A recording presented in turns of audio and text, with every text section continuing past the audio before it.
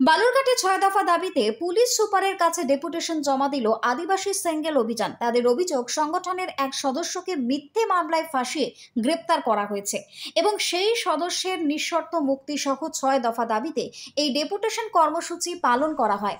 সংগঠনের প্রতিনিধিরা জানান, আদিবাসী সমাজের প্রতি প্রশাসনের একাংশের বিভ্রান্তিকর ভূমিকার প্রতিবাদ জানাতে তারা এই কর্মসূচি গ্রহণ করেছেন। 6 দফা দাবি ছিল। প্রথম দাবি হচ্ছে আমাদের শিবলাল মার্ডি গত 9/7/2025 বিনা তদন্ত করে ওনাকে মিথ্যা মামলায় ফাঁসানো হয়েছে, এটা তদন্ত করা হোক।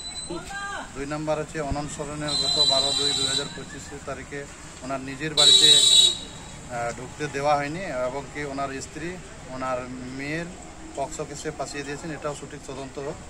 3 নম্বর হচ্ছে প্রতিরাম থানায় শিবদাস মার্ডি গত 22/5/2025 তারিখে একটা কমপ্লেন দিয়েছেন, ওনার নিজের রাজনীতি সম্পত্তিতে কবরস্থান করা হচ্ছে, এটা সঠিক তদন্ত করা হোক।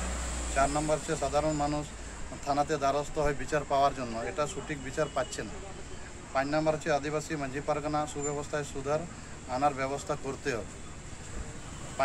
6 নম্বর হচ্ছে আদিবাসী সমাজের নেশামুক্ত সমাজ গড়ে তোলার জন্য প্রশাসনের সহযোগিতা দরকার আছে।